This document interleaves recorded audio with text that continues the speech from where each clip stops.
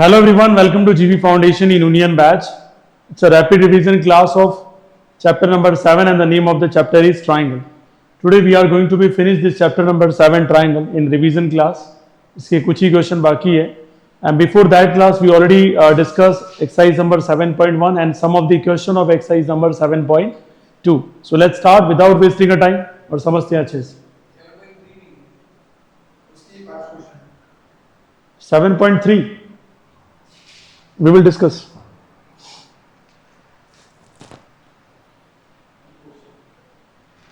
So yesterday in the class we already discussed about the exercise number 7.1 and 7.2 के कुछ question यहाँ पे discuss कर लिए थे मैंने टिल ये वाला हो गया था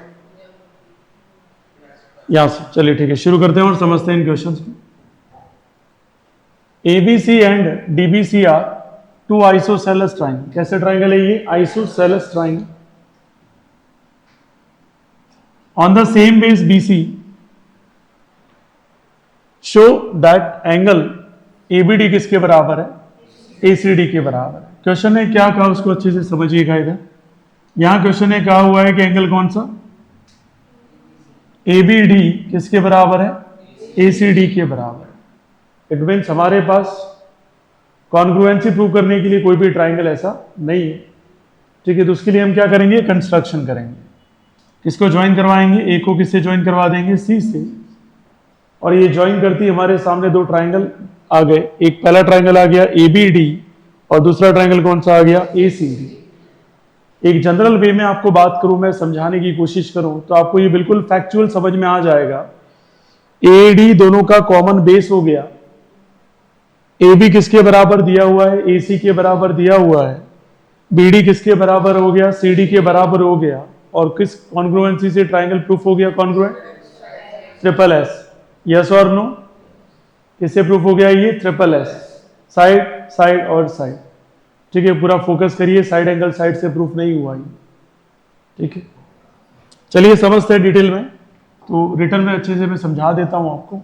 सबसे पहले अगर यहां मैं बात करूं टू प्रूव, तो हमें जो यहां प्रूव करना है वो कह रहा है कि आप ABD किसके बराबर लेके आइए? ACD के बराबर आपको लेके आना है. ठीक है, और अगर मैं गिवन की बात करूं डियर स्टूडेंट, तो मुझे साफ साफ दिख रहा है यहां दो आइसोसेलेस ट्राइंगल. एक में गिवन है कि जो AB किसके बराबर है? AC के बराबर है. और दूसरे में गिवन है कि जो BD है वो किसके बराबर है? CD के बराबर. यस और नो? ठीक है. और अगर मैं यहां बात करूं कंस्ट्रक्शन की, तो कंस्ट्रक्शन का आइडिया कैसे आया? Because I know the concept of congruency. मुझे कॉन्ग्रुएंसी का कॉन्सेप्ट पता है, लेकिन वो कब अप्लाई होता है? जब दो ट्राइंगल. तो वो दो ट्राइंगल कंसीडर करने के लिए हमें क्या किया? Join AD. ठीक है, तो AD को क्या करा दिया हमने? जॉइन. ACD जॉइन होगी. ठीक है, अब प्रूफ में समझते हैं. यहां पे ये आपका पूरा सोल्यूशन. प्रूफ में यहां पे डिस्कस करें तो हमने यहां ट्राइंगल कंसीडर कर लिया. इन ट्राइंगल ABD, पहला ट्राइंगल कौन सा है? ABD. और दूसरे ट्राइंगल की अगर मैं डिस्कशन करूं तो कौन सा हो जाएगा? ACD. दोनों में कौन सा कॉमन साइड है? ये कॉमन बेस है. सबके आंसर नहीं आ रहे. AD क्या है यहां? Common base. ठीक है, दूसरी साइड कौन सी जो इक्वल दिख रही है यहां? AB is equal to AC. इस बात का जरूर ध्यान रखें, जो जिसकी साइड है उसी के नीचे ट्राइंगल के नीचे लिखना. उल्टा सीधा लिख दिया तो भी मार्क्स एग्जामिनर काट के 0 रख सकते हैं. ठीक है, वो उसको राइट. फिर हम क्या लिख सकते हैं? BD किसके बराबर है? CD के बराबर. तो ये दोनों ही हम क्या कह सकते हैं? गिवन है, हमने कोई मेहनत नहीं की. And as I told you, किस तरीके से हम कंसिडर करके पता करते हैं कि कौन सी कॉन्ग्रुएंसी. किसी एक ट्राइंगल का क्या ले लो? पार्ट्स ले लो. तो इसके कौन है? AD है, इसका BC है, इसका AB और इसका BD है. तो तीनों तीन क्या है? साइड है. अरे यस और नो? तो साइड है तो कॉन्ग्रुएंसी कौन सी लगेगी? Okay, so by using as congruency we can say that triangle कौन सा? ABD is congruent to triangle किससे? ACD से कॉन्ग्रुएंट हो गया, मतलब ये दोनों ट्राइंगल कैसे हो चुके हैं आपके, कॉन्ग्रुएंट है, यस और नो। ठीक है, वही हमें प्रूव करना था। अगर ये ट्राइंगल कॉन्ग्रुएंट है तो हम कह सकते हैं एंगल कौन सा, ABD which is equals to angle ACD by capacity. और सिंपल हो गया। आ गया समझ में सभी को, डाउट किसी को? ठीक है, कितने बच्चों को समझ में आ गया? ये सारा का सारा क्वेश्चन समझ में आ गया, सभी को आ गया? ठीक है, आगे बढ़े फिर। ओके, मान के चलता हूं आपको पूरा समझ में आ गया है। नेक्स्ट क्वेश्चन आपके सामने है, triangle ABC is an isosceles triangle. पहले कहा है कि जो ABC ट्राइंगल है, ये वाला छोटा वाला ABC ट्राइंगल कैसा है, आइसोसेलेस, जहां मैं कह सकता हूं AB किसके बराबर है, AC के बराबर है dear student, and in which AB is equal to AC, और साइड BA को ऐसे प्रोड्यूस किया है, तो साइड BA कहां तक प्रोड्यूस हुआ है, D तक, तो ये रहा D, यस और नो, सच दैट AD किसके बराबर है, AB के बराबर है। AD किसके बराबर है, AB के बराबर है। शो करिए BCD एक ऐसा एंगल है, राइट एंगल है। ठीक है, BCD is a right angle. ठीक है, ये हमें प्रूव करना है। तो कैसे करेंगे? सिंपल सा पहले क्वेश्चन कि अगर अंडरस्टैंडिंग बिल्डअप हो गई है तो ये क्वेश्चन काफी इजी है। जैसे अगर आप समझेंगे, मैंने कहा AC किसके बराबर है, AB के, और AD किसके बराबर है, AC के, यस और नो। ये सारे के सारे साइडें क्या हो गई, सेम हो गई। मतलब मैं कह सकता हूं AC is equal to AB is equal to AD, इसमें कोई डाउट किसी? श्योर।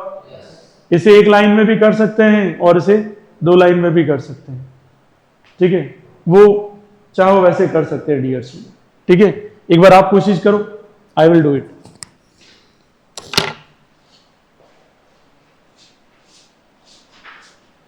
Do it fast.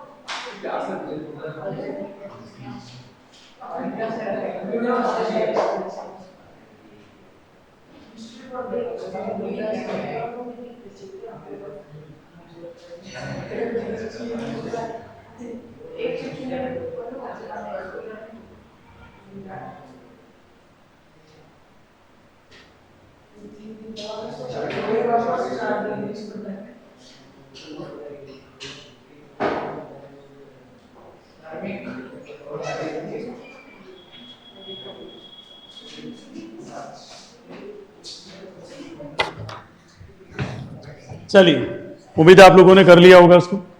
यहां पे देखते हैं डियर स्टूडेंट किस तरीके से क्वेश्चन को सॉल्व करेंगे। ABC एक आइसोसेलेस ट्राइंगल है, पहले से दे रखा है। ठीक है, और हमें यहाँ AB बराबर AC दे रखा है कि BA को इस तरीके से प्रोड्यूस किया D तक कि यहाँ AD किसके बराबर है, AB के बराबर। ये AB के बराबर है, ये भी AB के बराबर है, तीनों तीन साइडें क्या हो जाएगी, सेम। ठीक है, चाहे तो एक लाइन में भी आंसर निकल सकता है, और चाहे तो आपके जो भी नोबेल प्राइज विनर हैं उनके हिसाब से भी आंसर निकल सकता है। ठीक है, डिपेंड ऑन यू। अब शो क्या करना है आपको, BCD 90 लाना है। तो सबसे पहले तो हम लिख देते हैं यहाँ टू प्रूव। तो हमें प्रूफ क्या करना है डियर स्टूडेंट, एंगल जो BCD है वो कितना लाना है आपको, 90 डिग्री लाना है। कितना लाना है डियर स्टूडेंट, 90। ठीक है, कोई इश्यू नहीं है, 90 लाना है। एक काम करते हैं, यहाँ एंगल का नाम दे देते हैं डियर स्टूडेंट 1, इसका 2, इसका 3, और इसका नाम क्या हो जाएगा, 4। यस और नो? आपसे पूछूं, जैसे मैं आपसे पूछूं वैसे आप मुझे आंसर देना है ना। मैं प्रूफ यहां से शुरू कर रहा हूं। ठीक है, अब ध्यान देने वाली बात क्या है, अगर मैं आपसे पूछूं इन ट्राइंगल, ट्राइंगल कौन सा, ABC, क्या उसमें मैं ऐसा कह सकता हूं एंगल 1 किसके बराबर? अरे यस और नो? कह सकता हूं ना, कंफर्म ना? ओके, आपने कहा और मैंने मान लिया। ठीक है, फिर दूसरा ट्राइंगल कौन सा, इसको इक्वेशन नंबर क्या देते थे, फर्स्ट।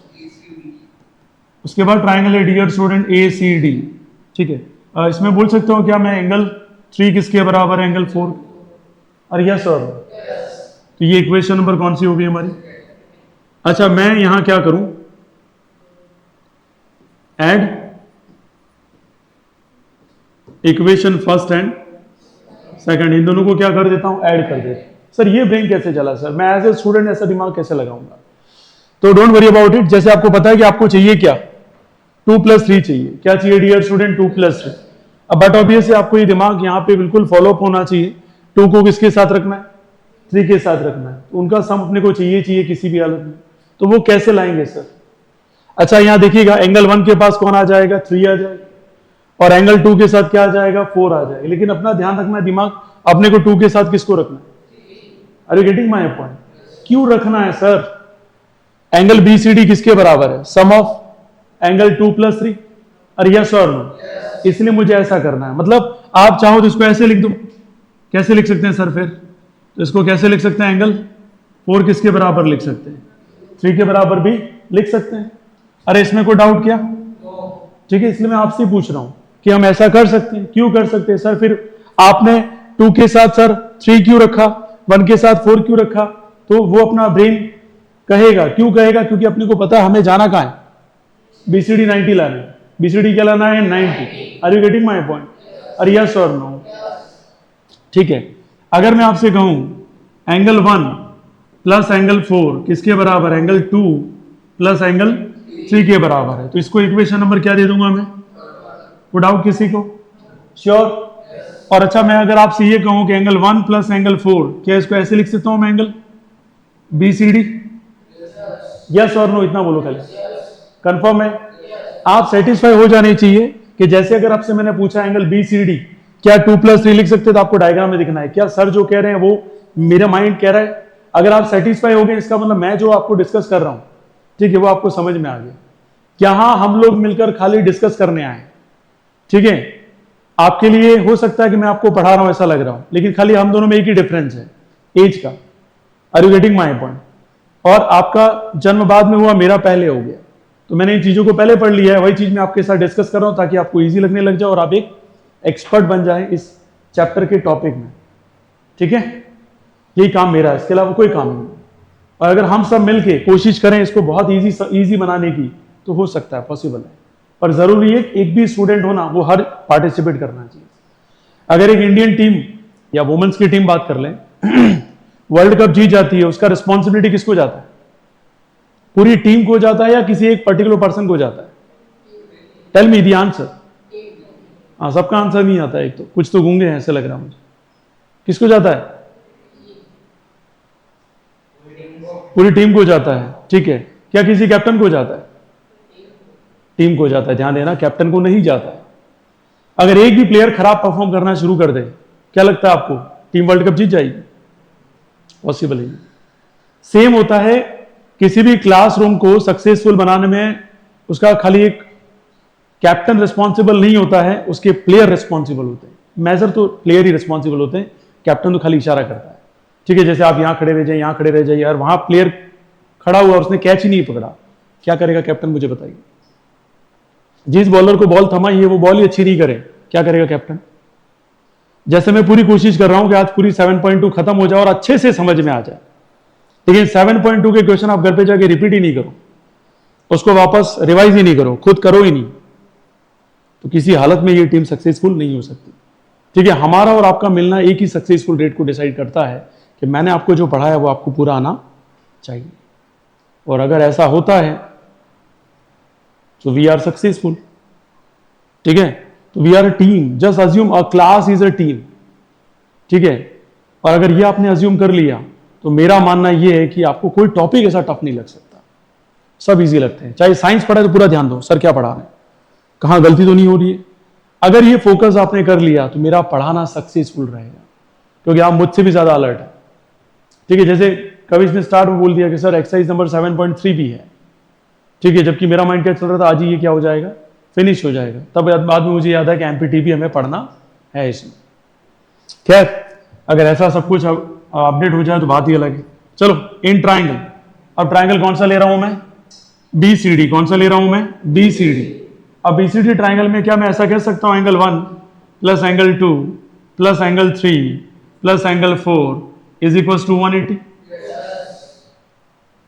हाँ या ना? बिल्कुल, अगर आपने कहा है तो मैं ऐसा कह सकता हूं, मतलब एंगल 1 प्लस 4 किसके बराबर है, और एंगल 2 प्लस 3 भी किसके बराबर? तो मतलब मैं ये कर सकता हूं एंगल 1 प्लस 4 और angle 2 plus angle 3 which is equal to क्या लिखा जा सकता है 180।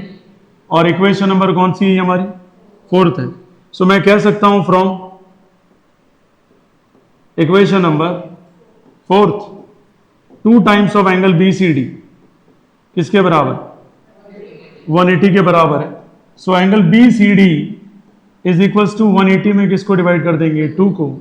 सो एंगल बी सी डी का वैल्यू या आंसर कितना आ गया, 90 डिग्री। क्या ये बात समझ में आई आप? कुछ नहीं किया मैंने, 1 4 की जगह भी बीसीडी लिखा है और 2 प्लस 3 ऑलरेडी हम जानते हैं किसके बराबर है, बीसीडी। तो angle BCD plus angle BCD कितने टाइम हो जाएगा, 2 टाइम्स एंगल बीसीडी। कोई समस्या किसी में? क्या यहां मैंने कोई कॉन्ग्रुएंसी यूज की है क्या? लगेगी नहीं तो यूज कैसे करूं? समझ में आई बात? हर ट्राई करता हूं मैं, कोशिश करता हूं कि आपको चीजें समझ में आए कि कहां कॉन्ग्रुएंसी अप्लाई हो सकती है या नहीं हो सकती। ठीक है, अपनी मर्जी नहीं चलती है, कॉन्सेप्ट जैसा कहेगा वैसे हमें चलना पड़ेगा। यहां तक किसी को डाउट हो तो बोलिए। कितने बच्चों को समझ में आ गया? परफेक्ट, आगे बढ़े कि? ठीक, आगे देखिएगा और समझिएगा बहुत अच्छे से। एबीसी एक कैसा ट्राइंगल है, राइट एंगल ट्राइंगल है, जहां पहले से ही कह रखा है कि एंगल ए कितना है, 90 डिग्री है और ए बी किसके बराबर है, ए सी के बराबर है, और एंगल बी और सी फाइंड आउट करने। तो one of the easiest question. ऐसा क्वेश्चन आता नहीं है, लेकिन जनरली अगर आ जाता है तो बोनस मार्क समझ लीजिए, है ना। तो ऐसे क्वेश्चन आते हैं तो बोनस नंबर समझिए। तो यहां कह सकते हैं एक ट्राइंगल है हमारा और एंगल ए क्या है डियर स्टूडेंट, 90 है। तो ठीक है, इसको हमने 90 लिख लिया। ठीक है, और भी साथ साथ में बोल रखा है ए बी किसके बराबर है, ए सी। तो ये कौन सा ट्राइंगल है, फोर्थ टाइप ऑफ ट्राइंगल है। आपको बताया भी था, राइट एंगल आइसोसेलेस ट्राइंगल है। कैसा ट्राइंगल है ये, राइट एंगल आइसोसेलेस ट्राइंगल। अब यहां पे हम कह सकते हैं angle A plus angle B plus angle C कितना है, किस ट्राइंगल में dear student, in triangle A B C. और हम ये भी कह सकते हैं कि एंगल बी किसके बराबर है, एंगल सी। ठीक है, और इसको क्या मान ले हम, एक्स। ठीक है, क्यों है ऐसा, तो हम कह सकते हैं A B C is an isosceles triangle. और आइसोसेलेस के साथ साथ क्या वर्ड ऐड कर देंगे, आइसोसेलेस राइट एंगल ट्राइंगल। ठीक है, तो आर डी शर्मा गौर कॉल में पढ़ेंगे तो 4 टाइप के ट्राइंगल पढ़ने मिलेंगे, क्योंकि एक स्टैंडर्ड राइटर है वो लोग। ठीक है, वो अलग अलग कैटेगराइजेशन करके बैठे हुए हैं, मैंने अपनी मर्जी से कुछ नहीं किया है। एंगल ए की वैल्यू कितनी है, बी और सी को क्या माना है हमने, और हमें वैल्यू भी किसकी चाहिए, बी और सी की वैल्यू चाहिए। तो हमने एक्स और एक्स कितना हो, और ये 90 प्लस का उधर जाएगा तो क्या होगा, एक्स बराबर 90 में कितना डिवाइड हो जाएगा, और आंसर कितना आ गया। तो हम कह सकते हैं कि सर एंगल बी और एंगल सी हमारे सामने जो आंसर है वो कितना है, 45। इसमें किसी को किसी भी टाइप का डाउट है तो बोलिए। हाँ सर, हाँ तो सर साइज बता दूँ।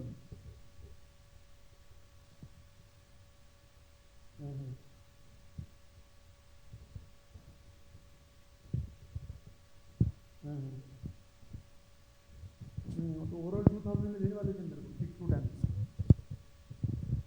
एक आपने बोला था ना मुझे ये पूरा 6 to 10 दे दूंगा ये 2000।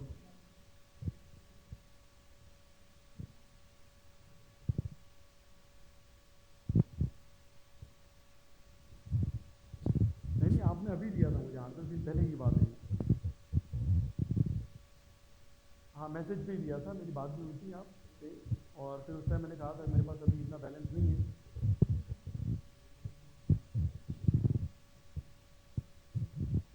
तो 6 to 10 जो पूरा है ना, उसमें मैथ साइंस और कौन सी सब्जेक्ट है,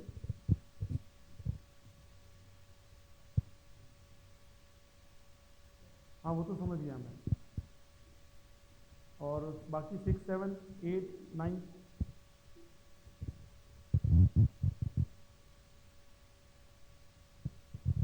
ठीक, अभी भी नहीं हो। ठीक है सर, ठीक है, एक बार मुझे कंफर्म करके बताऊँ। ठीक है, मैं क्या क्लास में होगी, लाइव क्लास है। हाँ ठीक है, ठीक है,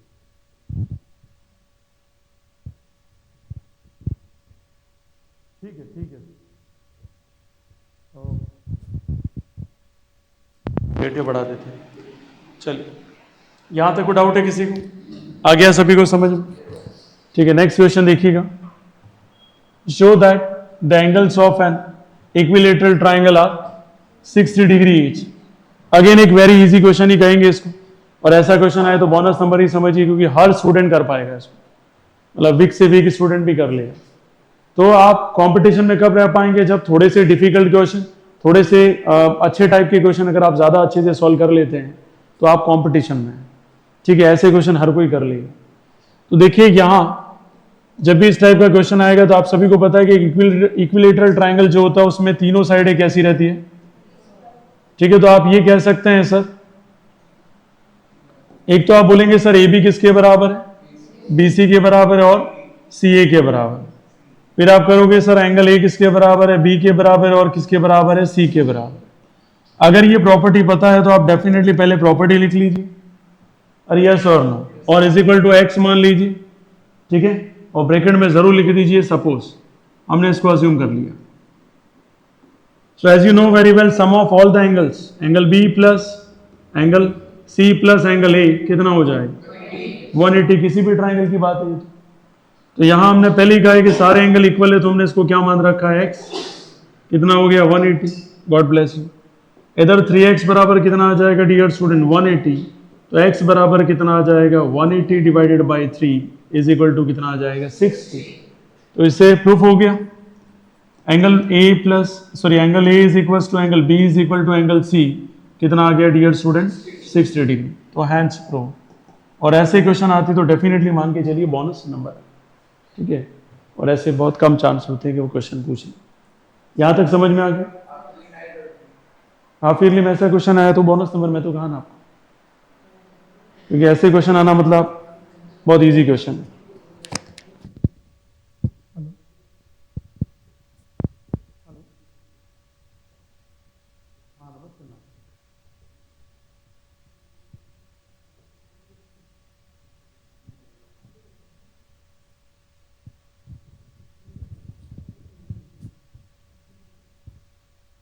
क्लास कौन सी क्लास के लिए आप जा रहे थे?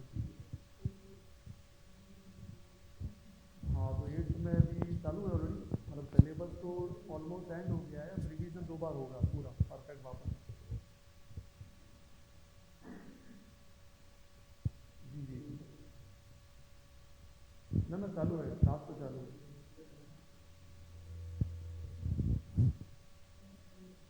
नहीं, 5 to 7 है। जी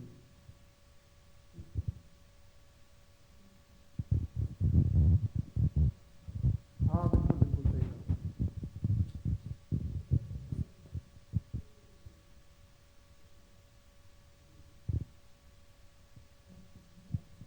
नहीं, हम एक्चुअली पूरा फोकस फाउंडेशन पे होता है कि जो बच्चा यहाँ से मतलब कोटा जाने की ऐसे कुछ होता है दिमाग में, तो वहाँ जाके उसका क्या हेजिटेशन रहता है। मैथ साइंस ही हमारा मेन फोकस रहता है।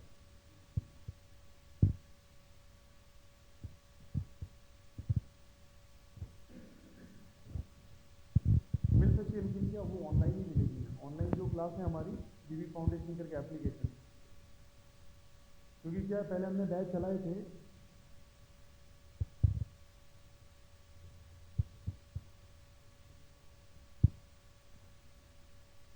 पर एटलीस्ट हमारा क्या मैम, ये तो फ्रेंचाइजी है, ये ट्यूशन क्लास जो लोकल चलाते हैं वैसा नहीं है।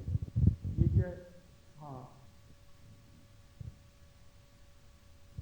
गाइड तो मैं कर सकता हूँ, क्या एक्चुअली रिस्पॉन्सिबिलिटी हम नहीं ले सकते कि जैसे क्या है, अभी 10th क्लास के एक पेरेंट्स का फ़ोन आता है कि सर एसएस में नंबर उसके कम आए, तो हम पहले कहते थे कि भाई एसएस का हमारा फोकस नहीं रहता है इस क्लास में। हाँ, वो कर सकता है, बिल्कुल कर सकता है।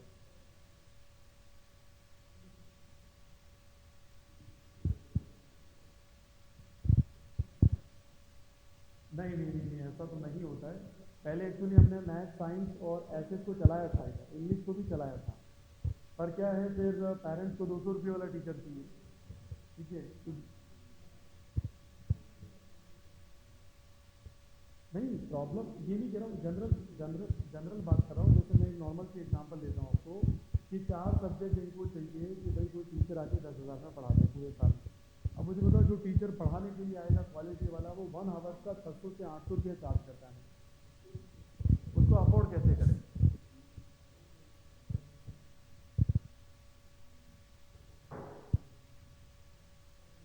इंग्लिश ऐसे हम, मैम जेन्युइनली कह रहा हूँ, इंग्लिश ऐसे हम कवर नहीं करवाते हैं, हम गाइड कर सकते हैं, मतलब एक आपके जो ऑनलाइन कोर्स है उसमें वो पढ़ सकता है, बाकी मैथ साइंस का हम श्योरिटी लेते हैं, क्योंकि हमारा फोकस यही रहता है कि बच्चा इससे ग्रास रूट लेवल पे अच्छा खासा जाए। तो पहले 4 फैकल्टी लगाई थी, लेकिन उसका आउटपुट नहीं आया मैडम, तो मैथ साइंस में इंटरेस्ट है आप, मैं गाइड जरूर करूंगा, लेकिन मैं उस सब्जेक्ट का वो मास्टर नहीं,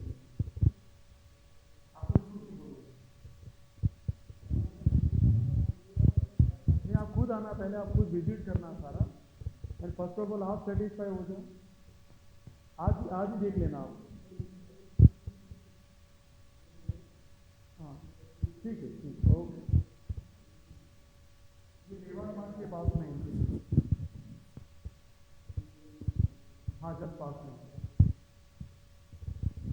ओके।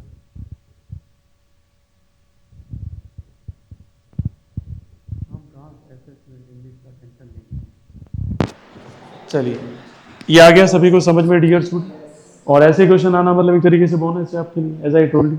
नेक्स्ट देखिएगा, एक्सरसाइज नंबर 7.3। देखो, इसको शुरू करने से पहले मैं आपको एक बेसिक समझा देता हूँ, क्योंकि कल से इसको स्टार्ट करूंगा मैं आपके सामने। बेसिक क्या समझना है उसको देख लीजिएगा एक बार आपको बेसिक समझ में आ गया, फिर मुझे कोई इशू नहीं है, इस चैप्टर को आराम से मैं समझा सकता हूँ। समझ में आए तो हाँ कहना है, जबरदस्ती का कुछ भी नहीं। देखिए, ये कहता है कि कोई अगर ट्राइंगल आपके पास है, ध्यान से समझना, ये ट्राइंगल कौन सा है, क्या नाम है इसका, और अगर मैं आपसे कह दूं इसका ए बी का मिड पॉइंट कौन है, what do you mean by mid point Kundan?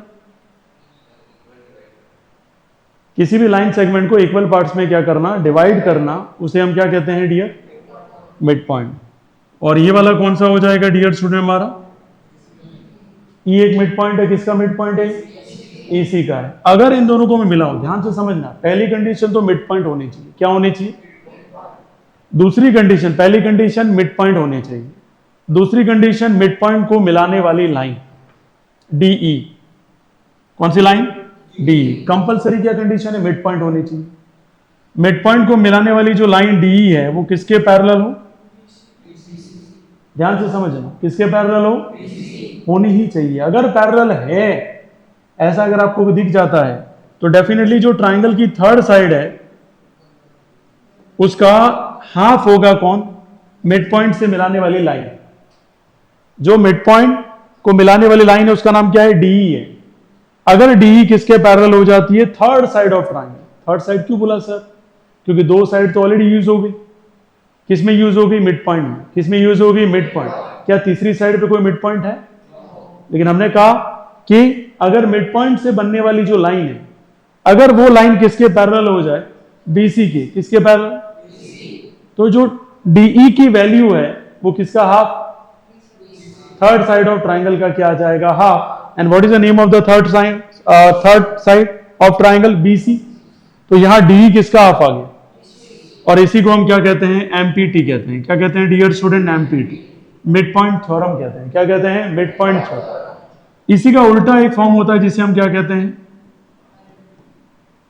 Reverse of empty. क्या कहते हैं इसको, रिवर्स ऑफ एमपीटी। क्या है रिवर्स ऑफ एमपीटी, वो समझ लीजिए।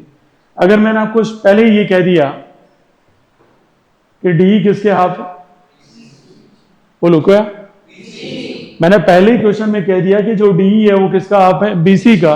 तो आप डायरेक्टली बोलेंगे सर अगर हाफ है तो ये 100% क्या होनी चाहिए, क्या होनी चाहिए, पैरेलल। बात समझ में आ गई डियर स्टूडेंट। और क्या कह सकते हैं कि सर कंपलसरी है कि डी भी मिड पॉइंट होगा और ई भी क्या होगा, मिड पॉइंट। इसे कहते हैं रिवर्स ऑफ एमपीटी। क्या कहते हैं इसको, रिवर्स ऑफ एमपीटी। एक बार और रिपीट कर रहा हूं, अच्छे से समझिएगा। पहले मैं मिड पॉइंट थ्योरम आपको समझा रहा हूं। मैंने कहा डी और ई, डी किसका मिड पॉइंट है, ई किसका मिड पॉइंट है, और मैंने आपको कहा उससे एक लाइन बन रही है, उसका क्या नाम है, डीई। और मैंने आपसे ये भी कहा कि इसके पैरेलल है, क्या है, तो आप क्या रिजल्ट बताओगे मुझे, डी इज कौन सी थ्योरम को यूज करके बोलेंगे आप? ठीक है, मिड पॉइंट थ्योरम। यहां तक कोई समस्या तो बताइए, पक्का समझ में आ गया? अब मैं एज ए टीचर आपको डायरेक्टली पहले ही बोल देता हूं कि जो डी है वो किसका हाफ है? बीसी का। मैंने आपको क्वेश्चन में लिख के दे दिया। आप क्या दो रिजल्ट बताओगे मुझे? बोलो क्या बताओगे? पहला रिजल्ट तो आप मुझे ये बताओगे कि सर जो डी है वो किसके पैरेलल होना चाहिए? बीसी के पैरेलल होना चाहिए। और दूसरा क्या रिजल्ट बोलोगे आप? डी और ई दोनों क्या होनी चाहिए? Mid point. कितने बच्चों को समझ में आ गया? आपने हाथ ऊंचा किया, इसका मतलब आपके माइंड में सेट हो गया, ऐसा मैं मान के चलता हूं। लेकिन अगर आपने झूठा हाथ ऊंचा किया है तो मुझे नहीं लगता कि आपके सक्सेस रेट को आप डिफाइन भी कर पाओगे। ठीक है, ये समझ में आ गया सभी को डाउट किसी को? तो मैंने आपको दो चीजें समझाई, एमपीटी समझाया और क्या समझा दिया आपको मैंने? Reverse of mid point theorem, दोनों समझा दिए। ठीक है, आज जो पढ़ा उसमें किसी को किसी भी टाइप का डाउट कर पाएंगे? तो कल बात करेंगे। कितने क्वेश्चन है उसमें? लास्ट वाला, तो कल इसको हम क्या कर देंगे? फिनिश कर देंगे। ठीक है, okay, class is over. Thank you so much. मिलते हैं कल की क्लास में और सॉल्व करते हैं एक्सरसाइज नंबर 7.3। आपका दिन शुभ रहे।